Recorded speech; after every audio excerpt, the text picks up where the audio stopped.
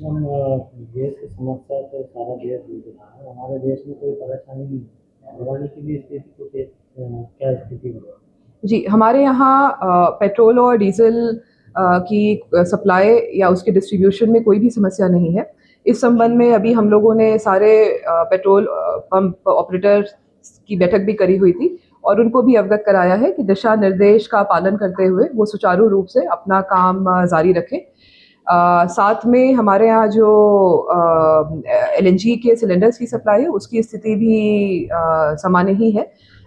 Demand में कोई विशेष increase नहीं है और हमारे यहाँ जो 26 ऑपरेटर्स हैं उनके पास में भी जो स्टॉक उपलब्धता है वो भी पर्याप्त है, जिससे हमारी जो भी बुकिंग्स हो रही हैं उनको 2.5 दिन के पीरियड के अंदर जो सप्लाई करना होता है वो हम लोग आसानी से करने की स्थिति में है।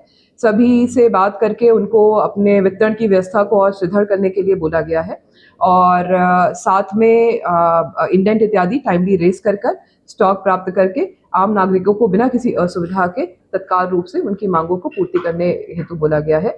इस संबंध में हमने ये भी बताया है कि अगर कहीं पे कालाबाजारी इत्यादि हो रही है, डाइवर्जन हो रहे हैं, तो उसका संज्ञान लेकर हम लोग इसमें आवश्यक कार्रवाइयाँ भी करेंगे।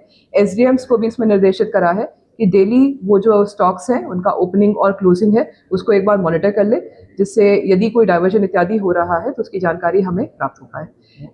इसी के साथ में मैं सभी नागरिकों से भी अपील करूंगी कि स्थिति बिल्कुल सामान्य है।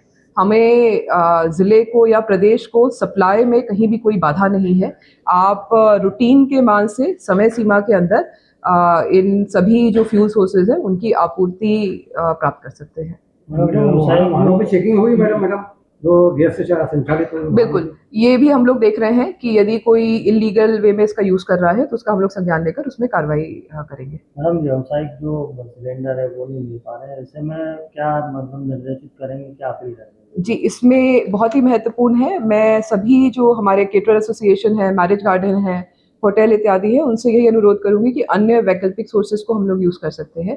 जैसे इंडक्शन इत्यादि है उसका हम लोग यूज़ कर सकते हैं।